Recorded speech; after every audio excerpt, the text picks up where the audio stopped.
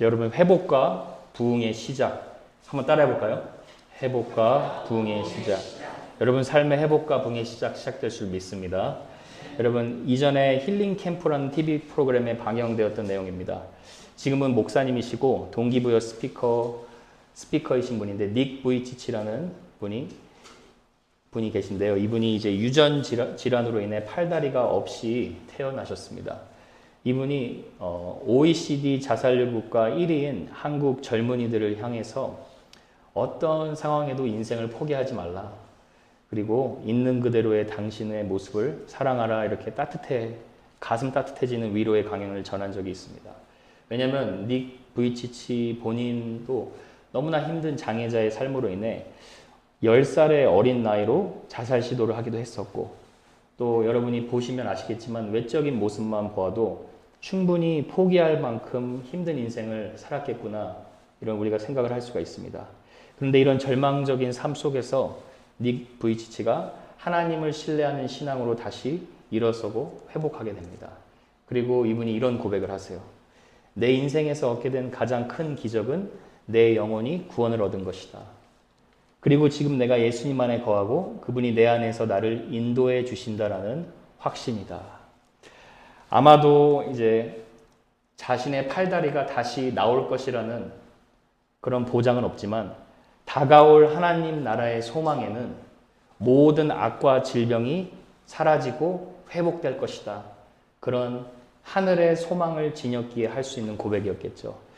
여러분 요즘 지금은 시기가 시기인 만큼 우리나라 상황도 많이 힘들고 또 우리 주위에 조금만 관심을 가지고 둘러봐도 하나님의 위로와 회복이 필요하지 않은 곳이 없는 것 같습니다. 우리도 우리 삶을 보면 나름 겉으로는 평안하게 살아가는 것 같아도 각자 다 나름대로 어떤 회복을 기다리고 또 갈망하는 소원들이 있어요. 개인적으로 여러분이 이루고 싶은 소원일 수도 있고 또 믿지 않는 가족을 생각하시는 분들은 간절하게 하루빨리 이 가족이 예수님 믿었으면 좋겠고, 또 우리 아프신 분들은 건강의 회복, 누구나 삶의 무너진 그런 영역 속에 회복을 꿈꾸면서 살아갑니다. 오늘 우리가 살펴볼 느헤미야서가 바로 하나님이 주시는 회복과 부흥에 관한 말씀입니다. 게다가 이 느헤미야서가 굉장히 중요한 게 뭐냐면요. 개인의 회복을 말씀하는 것이 아니라 한 사람을 통해서 하나님께서 모든 하나님의 사람 공동체를 회복시키는 역사를 일으키시는 그 내용이라고 볼 수가 있습니다. 그래서 오늘 너무나 이 귀중한 말씀인데 첫 시간이니까 느헤미야의 간단한 배경을 알아야겠죠. 느헤미야는 이제 바로 앞서 에스라서와 함께 읽어야 되는 책인데요. 에스라서가 만약에 무너졌던 하나님의 성전을 재건하는 그런 내용의 책이라면 느헤미야서는 성전이 아니라 성전을 보호하고 있는 성벽을 다시 재건하는 것이 주요 내용이라고 볼 수가 있습니다.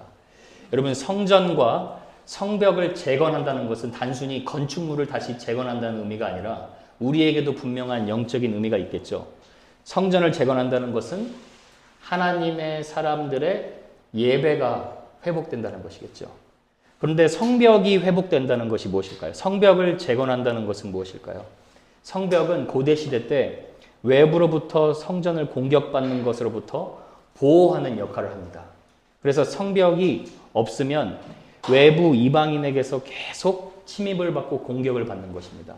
그래서 성벽은 어떤 것이냐면 하나님을 따르는 사람과 하나님을 믿지 않는 사람들의 구분이라고 볼 수가 있어요. 그러니까 성벽을 재건한다라는 말을 다시 쉽게 표현하자면 그저 예배를 잘 드리자라고 이렇게 구호를 외치는 것이 아니라 예배자로서의 무너진 모든 삶의 예배를 회복하자, 이런 의미라고 우리가 생각할 수가 있습니다.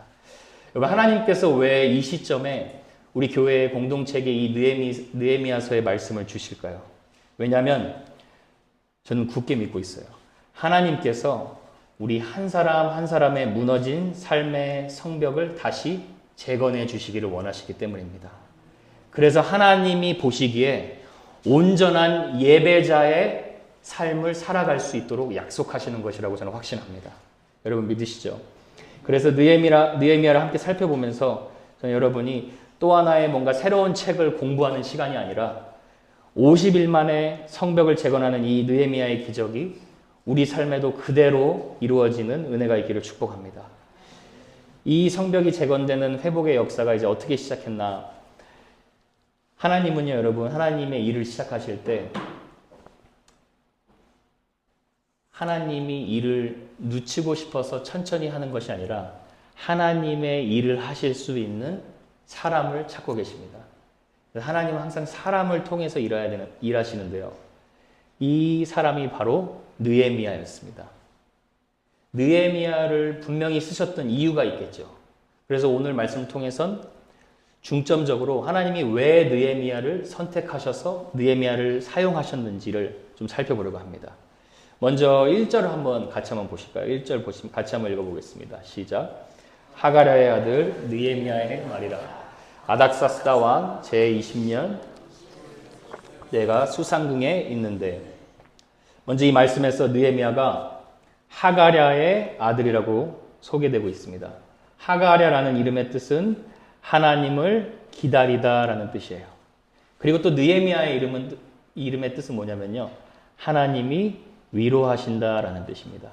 그러니까 이름만 보아도 대대손손 경건한 신앙심을 느헤미야가 물려받았다는 것을 우리가 알 수가 있죠. 근데 오늘 느헤미야를 보면 느헤미야가 지금 어디에 있다고 말하죠? 수산궁에 있다라고 얘기를 해요. 수산궁이, 여러분 딱 수산궁 하면 떠오르는 인물 있지 않습니까? 맞습니다. 우리 최 권사님 맞히셨어요. 에스더가 똑같이 수산궁에 있었어요. 그렇죠? 여기 지금 아닥사스다 왕이라고 되어 있는데 아닥사스당의 아버지 아하수에로의 왕의 왕비로 에스더가 수산궁에 있었죠. 지금은 이제 느헤미야가 수산궁에 있다고 나오는데 수산궁은 어디냐면 페르시아의 수도예요. 페르시아의 수도라서 무역이 아주 활발하고 가장 부유한 지역 중에 하나였습니다. 근데 오늘 말씀 11절 보면 느헤미야가 수산궁에서 무엇을 하고 있냐라고 얘기하면 술관원으로 있었다라고 얘기를 하고 있습니다. 여러분, 술관원은요, 요즘 우리가 생각하는 그런 나쁜 개념의 바텐더 이런 직업이 아닙니다. 당시 성경시대의 술관원은 어떤 일을 했냐면 왕들이 음식이나 마실 것에 독이 들어가서 죽는 경우가 굉장히 많았어요.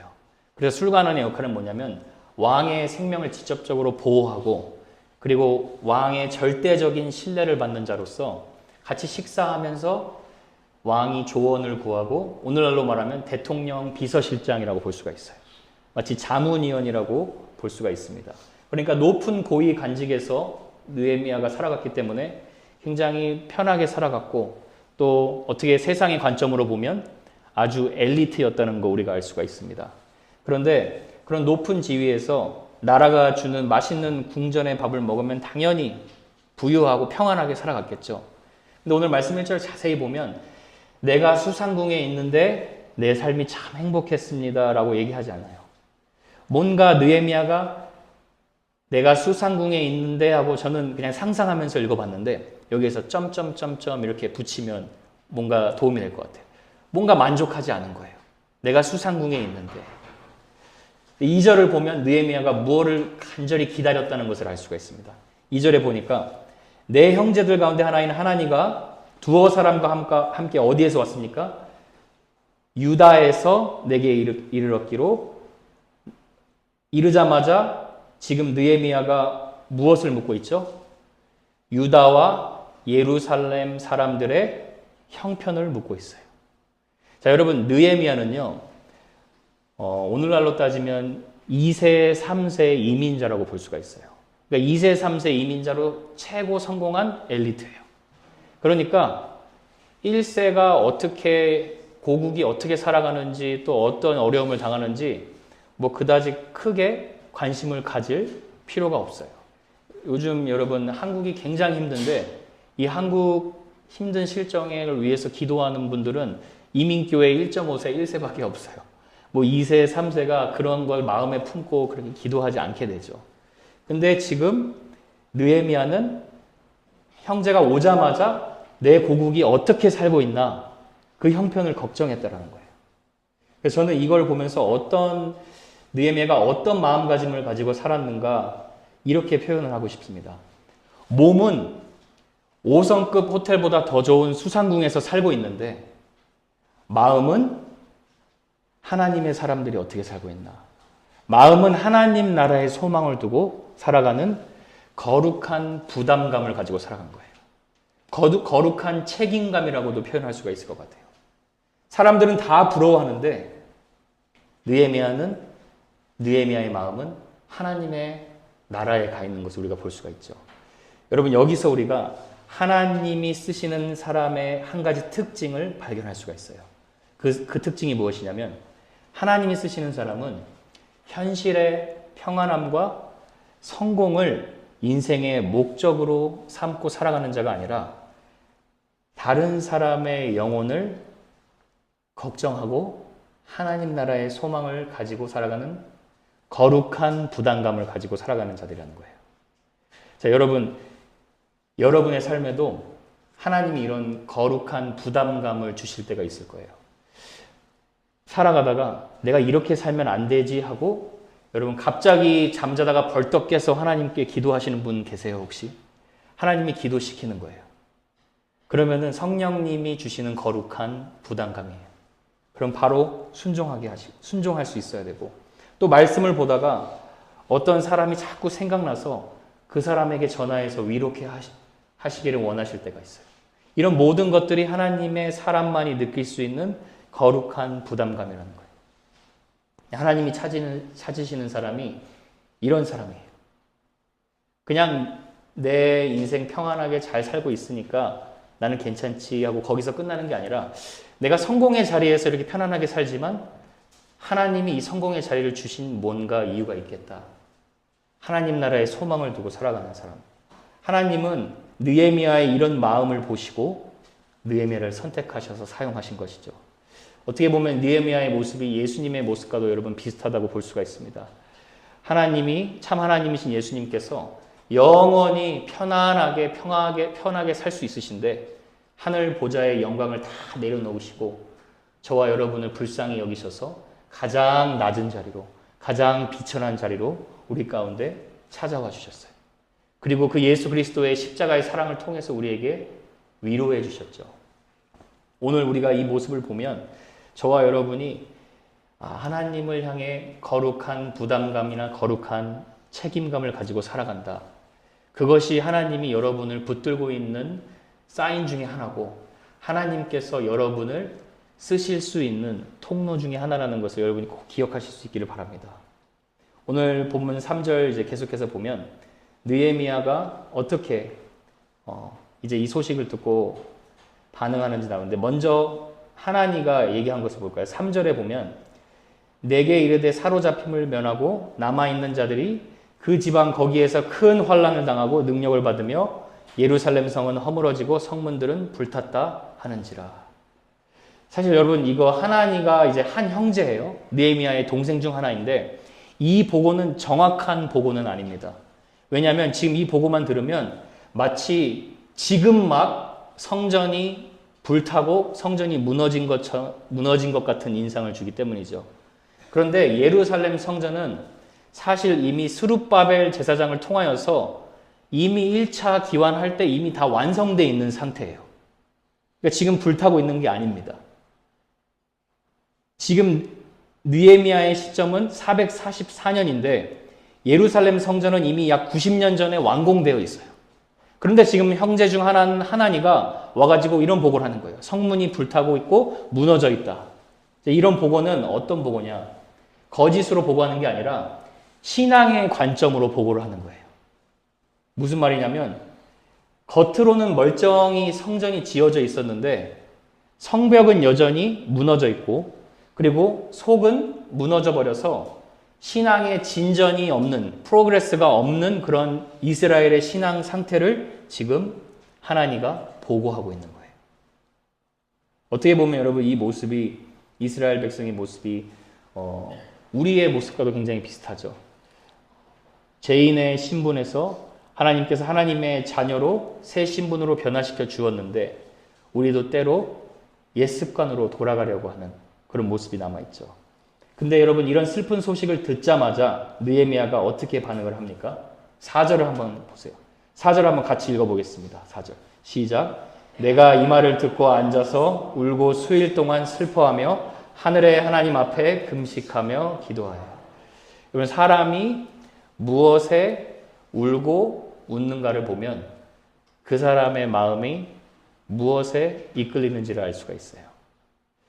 느헤미야가 여기서 이 소식을 듣자마자 슬피 울고 하나님 앞에 엎드려 기도했다라는 것은 느헤미야의 마음에 하나님 나라의 소망을 품고 살아갔다는 것을 우리가 알 수가 있죠.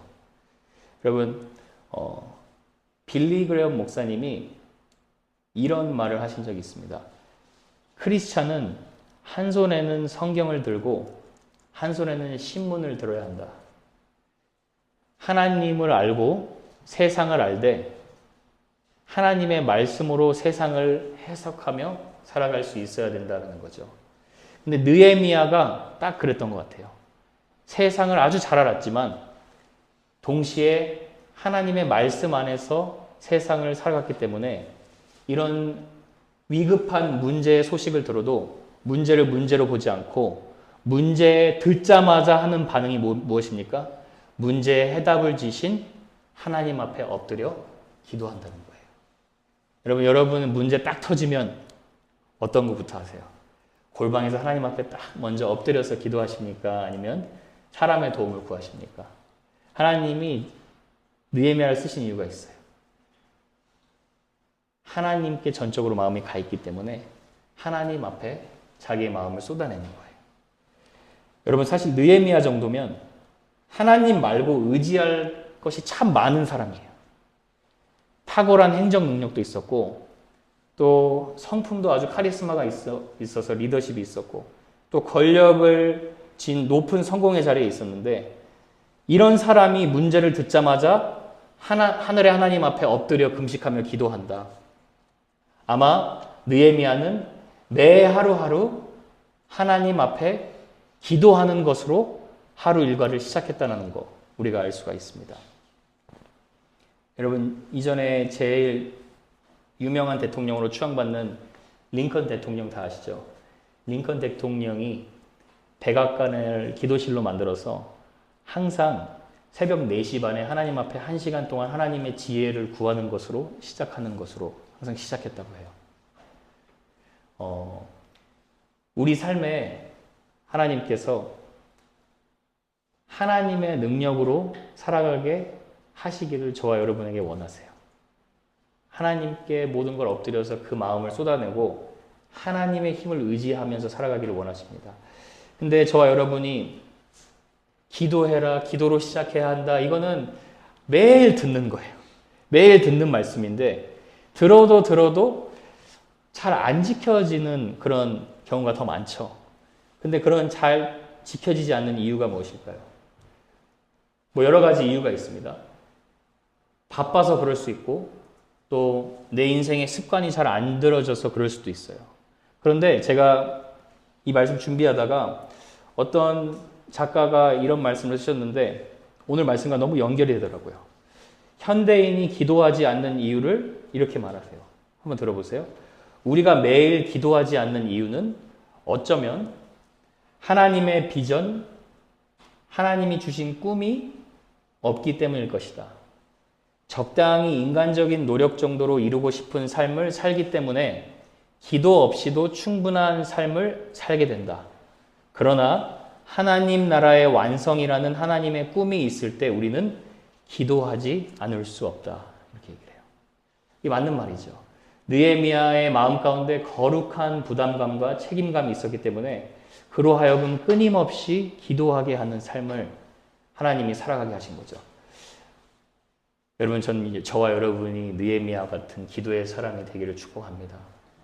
느헤미야가 이렇게 기도로 시작한 것이 이스라엘 백성의 공동체 가운데 회복을 불러오는 하늘의 문을 열기 시작합니다. 오늘 이제 이 기도의 내용에 대해서 4가지를 살펴볼 텐데요. 5절부터 10절까지 길게 기록되어 있습니다. 하나님의 마음을 움직이는 기도가 무엇인가? 우리 삶에 하나님의 회복을 불러오는 기도가 무엇인가?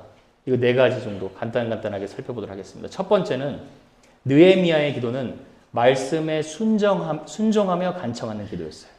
자, 여러분 5절 한번 같이 읽어보겠습니다. 5절 시작. 이르되 하늘의 하나님 여호와 크고 두려우신 하나님이여 주를 사랑하고 주의 계명을 지키는 자에게 언약을 지키시며 긍휼을 베푸시는 주여 간구하나이다. 기본적으로 여러분 느헤미야가 기도하는 거 보면 하나님에 대한 경외심이 있죠. 그리고 하나님이 누구신지를 분명하게 알고 있어요.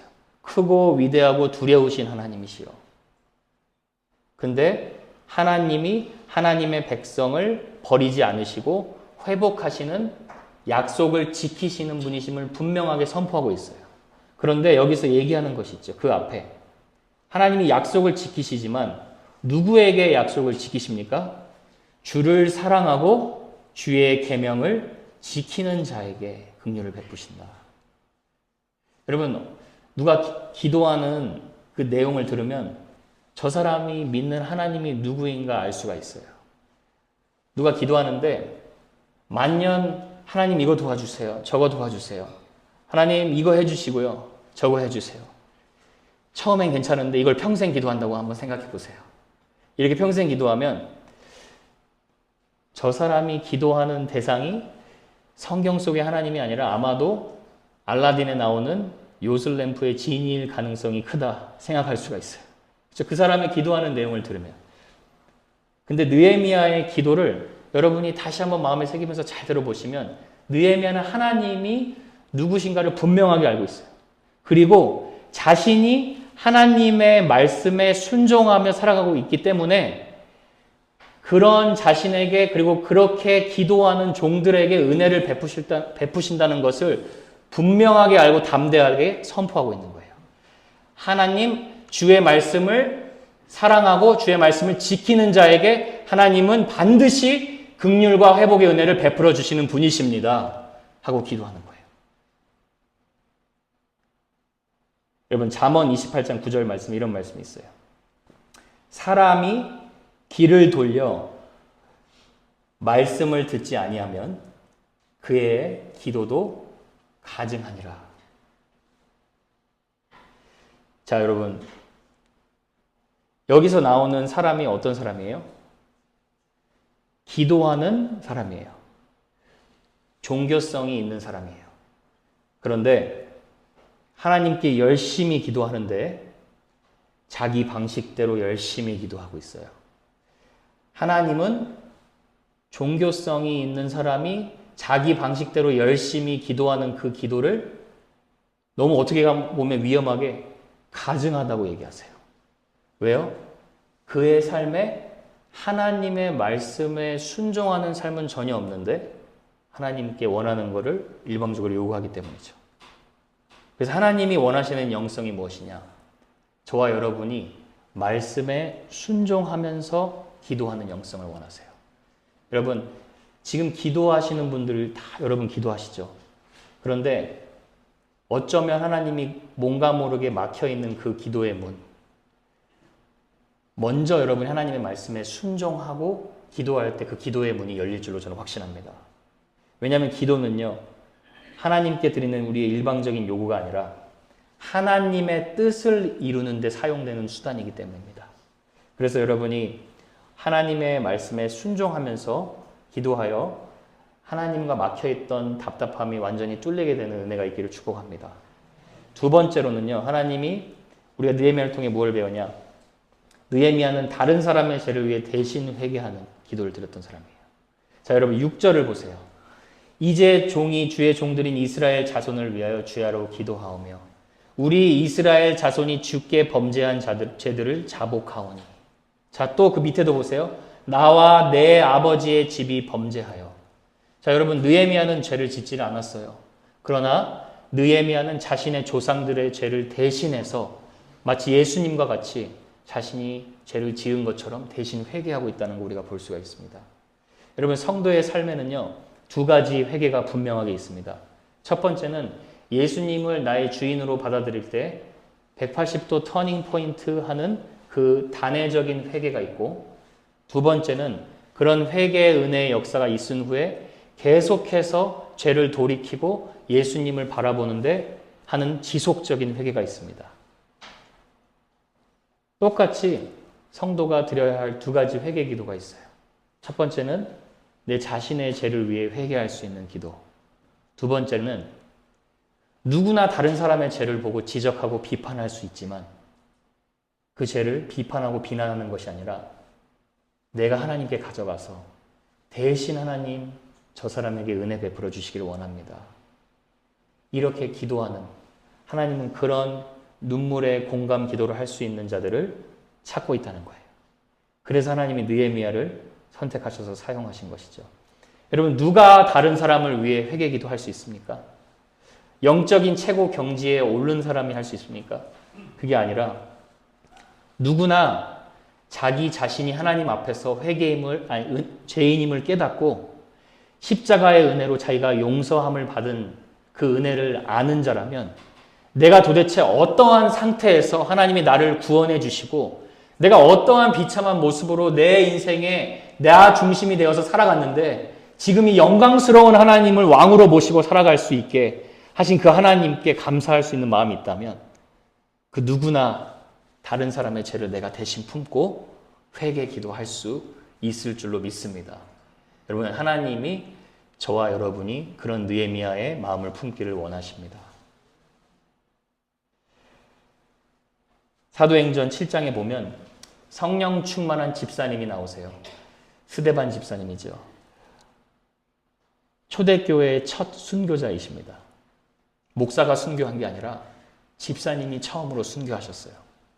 스데반 집사님에 보면, 성경에 보면 describe, 수식어가 항상 붙어요. 뭐라고 붙냐면 스데반 집사는 성령 충만하고 지혜가 충만한 자였다. 이렇게 얘기해요. 스데반 집사는 은혜와 권능이 충만한 자였다. 자, 여러분, 은혜와 권능과 성령과 지혜가 충만한 자의 열매가 무엇입니까? 첫 번째로는 예수 그리스도의 부활의 복음을 담대하게 전한 것이었죠. 근데 그 복음을 전했더니 유대인들이 난리를 쳐요. 그래서 유대인들이 돌을 들고 스데반 집사님을 치기 시작합니다. 근데 이제 사도행전 7장 55절에 보면 이런 표현이 있어요. 스데반이 성령이 충만하여 하늘의 하나님의 영광을 보고 있다라고 얘기를 해요. 돌을 맞으면서 하늘의 영광을 보고 있는 거예요. 그러니까 복음을 전하면서 하늘에 계신 하나님의 영광을 보는 것이 성령 충만한 열매로 드러난 것이죠. 그 다음에 성령 충만한 열매가 또 어떻게 드러나느냐? 돌로 맞고 있는데 스데반 집사님이 기도를 하는 거예요. 자, 사도행전 7장 59절 한번 보실까요? 그들이 돌로 스데반을 치니 스데반이 부르짖어 이르되 주 예수여 내 영혼을 받으시옵소서. 그리고 나서 무릎을 꿇고 크게 불러 이르되 주여 이 죄를 그들에게 돌리지 마옵소서. 그러니까 스데반 집사님이 성령 충만한 열매가 복음을 전하는 거에서 나타난 것뿐만 아니라 복음을 전하는데 자신에게 돌을 던지는 유대인들을 향하여서 대신 하나님 저들에게 죄를 돌리지 말아달라고 회개하는 그런 예수님과 같은 마음의 모습으로 드러나고 있는 것이죠. 여러분, 저는 그렇게 생각합니다. 느헤미야도 예수의 영이 임했고 스데반 집사님도 예수의 영이 임했는데 이 땅에 우리가 이렇게 다른 사람의 죄를 위해서 대신 회개할 수 있는 이런 한 사람이 있다면 하나님이 그 한 사람 때문에 우리 주님의 교회를 건강하게 지키실 줄로 믿습니다. 저는 저와 여러분이 그런 예수님의 마음을 품은 자로서 다른 사람의 죄까지 회개할 수 있는 그런 예수의 심장을 가질 수 있기를 주님의 이름으로 축복합니다. 여러분, 누구나 죄를 보고 비난하고 지적하고 비판할 수 있지만 다른 영혼들의 죄까지 품고 회개할 수 있는 자, 목회자의 연약한 점, 성도의 연약한 죄, 그것을 끌어안고 기도할 수 있는 자, 하나님은 그런 자들을 통해서 하나님의 회복과 긍휼을 베풀어 주시는 분이시라는 것입니다. 저는 이런 회개의 영성이 우리 공동체 가운데 충만하게 임해서 우리가 회개의 공동체가 될 수 있기를 축복합니다. 세 번째로는 하나님의 회복을 확신하는 기도를 느헤미야는 드렸습니다. 자, 8절, 9절, 10절 보시면 이렇게 나와 있죠. 8절에 옛적에 주께서 주의 종 모세에게 명령하여 이르시되 만일 너희가 범죄하면 내가 너희를 여러 나라 가운데 흩을 것이요. 그러나 이제 보세요. 9절에 만일 내게로 돌아와 내 계명을 지켜 행하면 하늘 끝에 있을지라도, 완전히 하나님에게서부터 너무나 멀어졌을지라도 내 이름을 두려고 택한 곳에 돌아오게 하리라 하신 말씀을 이제 청하건대 기억하옵소서. 그러니까 느헤미야는 지금 조상들의 죄와 이스라엘 백성들의 죄를 위해서 회개하고 가만히 있는 것뿐만 아니라 그 회개했으니까 하나님께서 반드시 우리의 죄를 씻겨주시고 회복을 시켜주시고 새 일을 행하실 것을 확신하고 있다는 거예요. 여러분, 우리가 당연히 죄를 지으면 회개하고 눈물로 기도할 수 있어야겠죠. 그런데 눈물로 기도하는 것만이 하나님이 그 자리에 머물러 있기를 원하시질 않으세요. 눈물로 기도했으면 이제 빨리 훌훌 털고 일어나서 하나님이 다시 새 삶을 시작하게 하시고 새 일을 행하시는구나 확신하기를 원하십니다. 그래서 요한일서 1장 9절에 보면 네가 만일 네 죄를 자백하면 우리 하나님은 미쁘시고 의로우사 우리의 죄를 사하시며 우리를 모든 불의에서 깨끗하게 할 것이다. 그리고 또 내 이름으로 일컫는 내 백성이 악한 길에서 떠나 스스로 다치고 기도하면 하나님이 하늘에서 듣고 죄를 사하여 주시고 그들의 땅을 고치리라. 치유해 주시겠다는 거 하나님이 약속하시는 것입니다. 회개가 나를 부끄럽게 하는 게 아니에요. 여러분, 회개하는 곳에는 언제나 하나님이 주시는 회복의 역사가 있습니다. 우리가 다 하나님의 사랑을 받는 성도로서 살아가지만 아직 하나님께 온전히 드리지 못한 영역이 있겠죠. 그러면 또 하나님의 방향으로 돌이킬 때 하나님은 그 부분 나의 부족한 부분을 온전하게 회복시키시고 치유해 주신다는 것입니다. 여러분, 회개는 우리를 수치스럽게 만들지 않습니다. 회개는 우리를 깨끗하게 하는 능력인 줄로 믿습니다. 우리 공동체가 그렇게 진정한 회개를 통해서 계속해서 하나님이 주시는 회복의 역사, 부흥의 역사, 위로의 역사가 충만한 은혜의 공동체 될 수 있기를 축복합니다. 마지막으로 느헤미야의 기도는 다른 사람의 도움을 구하는 구체적인 기도였습니다. 여러분, 느헤미야의 기도를 잘 살펴보면 하나님이 어떻게 일을 이루어 가시는지 그 과정을 아주 잘 보여주고 있습니다. 평상시에는 하나님의 말씀을 잘 순종하면서 계속 기도했고, 또 다른 사람의 아픈 죄를 보면서 눈물로 기도할 수 있었고, 또 눈물로 기도하고 회개하는 것에서만 끝나지 않고 하나님이 반드시 신실하게 하나님의 사람들을 회복해 줄 것을 확신하고 기도하다 보니까 하나님이 기도 가운데 구체적으로 누구의 도움이 필요한지 알려주신 거죠. 그래서 11절을 보시면 이런 표현이 있죠. 주여 구하오니 귀를 기울이사 종의 기도와 주의 이름을 경외하기를 기뻐하는 종들의 기도를 들으시고, 나와 같이 기도하는 종들의 기도를 들으시고 이 사람 앞에서 은혜를 입게 하옵소서. 여러분, 이 사람이 누굽니까? 바로 아닥사스다 왕이에요. 그리고 그때 바로 이어서 얘기하죠. 내가 왕의 술관원이 되었느니라. 이게 무슨 뜻일까요? 번역이 좀 이렇게 잘못된 것 같은데, 기도하자마자 술관원이 되었다라는 말이 아니라 아마 술관원으로 앉아 있었는데 계속해서 기도하다 보니까 내가 아닥사스다 왕의 술관원으로 있었던 이유가 바로 이것이었구나. 이전에 이방인이었던 고레스 왕을 감동시키셔서 하나님의 예루살렘의 성전을 다시 건축하게 하신 것처럼 이제 이 나의 술관원의 자리를 통해서 하나님이 아닥사스다 왕을 감동시키셔서 예루살렘 성벽을 재건하시도록 하나님이 도움을 주시겠구나. 그때 알게 된 거죠. 기도를 계속 하다 보니까 아닥사스다 왕의 도움이 필요한 것을 알게 된 거고, 또 내가 왜 술관원의 자리로 앉아 있었는지를 알게 된 것이죠. 여러분, 기도하면요, 하나님이 우리 인생에 일어나는 모든 문제 상황 가운데서 하나님의 완전한 섭리를 보고 감사할 수 있게 되고, 기도하게 되면 문제를 보고 문제로만 여기지 않고 문제의 핵심을 파악하게 됩니다. 문제의 해결책을 보게 됩니다. 그리고 사람의 마음을 감동시켜서 하나님이 일하실 것을 알게 된다는 거예요. 여러분, 우리가 기도할 때 보통 별로 무슨 일이 일어나는지 별로 느끼지 못할 때가 있는데, 그러나 여러분, 기도를 계속 하다 보면 하나님이 반드시 알려주세요. 하나님이 일하신다는 거를요. 그래서 그런 말이 있죠. 제임스 부캐넌이라는 분이 이런 말을 했죠. 우리가 기도하면 우리가 일하지만 우리가 기도하면 하나님이 일하십니다. 여러분, 기도의 능력을 믿으십니까? 믿으셔야 합니다. 하나님이 일하시지만 하나님이 또 안 믿는 사람의 마음까지 감동시키셔서 하나님의 뜻을 이루어 가신다는 거예요.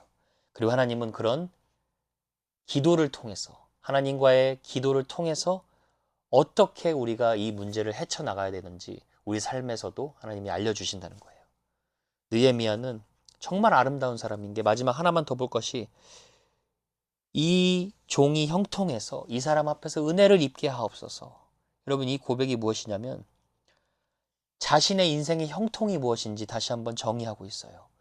하나님께서 나에게 맡겨주신 이 술관원의 자리를 통해서, 하나님, 저는 무너졌던 예루살렘의 성벽을 다시 재건하여서 하나님 나라의 완성을 위해 제 삶이 쓰임받기를 원합니다. 이것이 자신의 인생의 형통이라고 고백하고 있는 거죠. 그러니까 하나님이 이런 사람의 고백을 듣고 어떻게 느헤미야를 쓰지 않을 수가 있겠습니까? 사랑하는 여러분, 말씀을 맺겠습니다.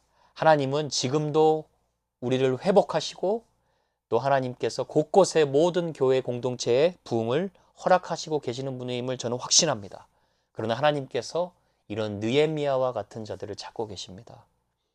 사람이 부족해서 일을 못하시는 분이 아니라 하나님은 수상궁의 성공의 자리에서, 현실에 안주할 수 있는 자리에서도 그 마음만은 하나님에게로 가 있고 하나님의 뜻을 이루기 위해 거룩한 부담감을 가지고 하나님 앞에 눈물로 기도하며 하나님과 그 마음이 통하는 그 한 사람을, 그런 사람들을 통해서 일하실 줄로 저는 믿습니다. 전 저와 여러분이 그런 느헤미야 같은 자가 되기를 주님의 이름으로 축복합니다.